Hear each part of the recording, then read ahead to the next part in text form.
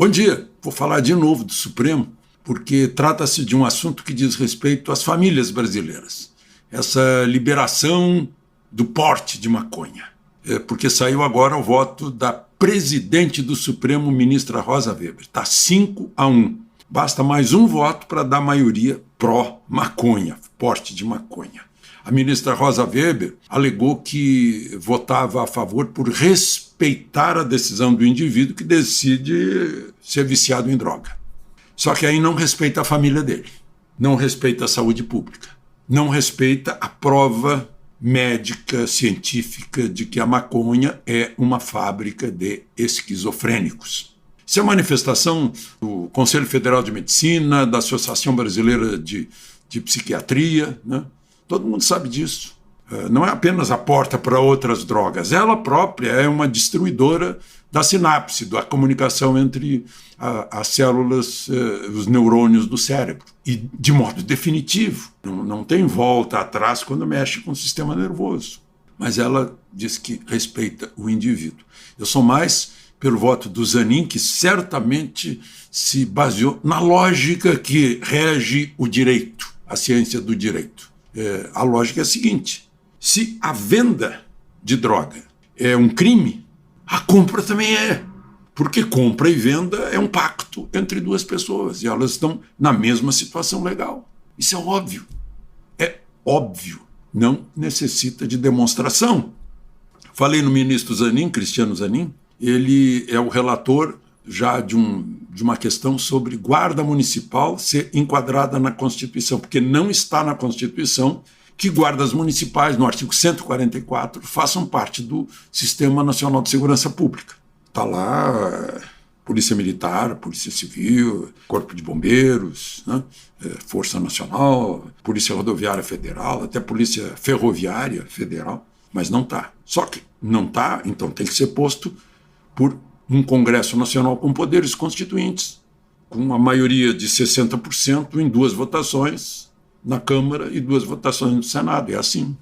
Não é um ministro do Supremo sem autorização do povo, sem o mandato do povo, que possa aumentar a Constituição, o tamanho da Constituição, acrescentar mais alguma coisa. Isso tem sido uma repetição.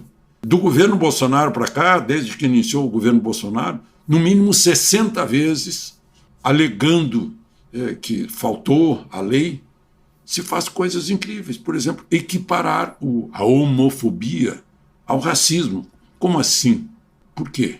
Fazer uma releitura da Constituição que diz que a família é composta de marido e mulher. Aí entra o casamento com pessoas do mesmo sexo, que formam não um casal, mas um par. É o que diz a língua portuguesa. Né?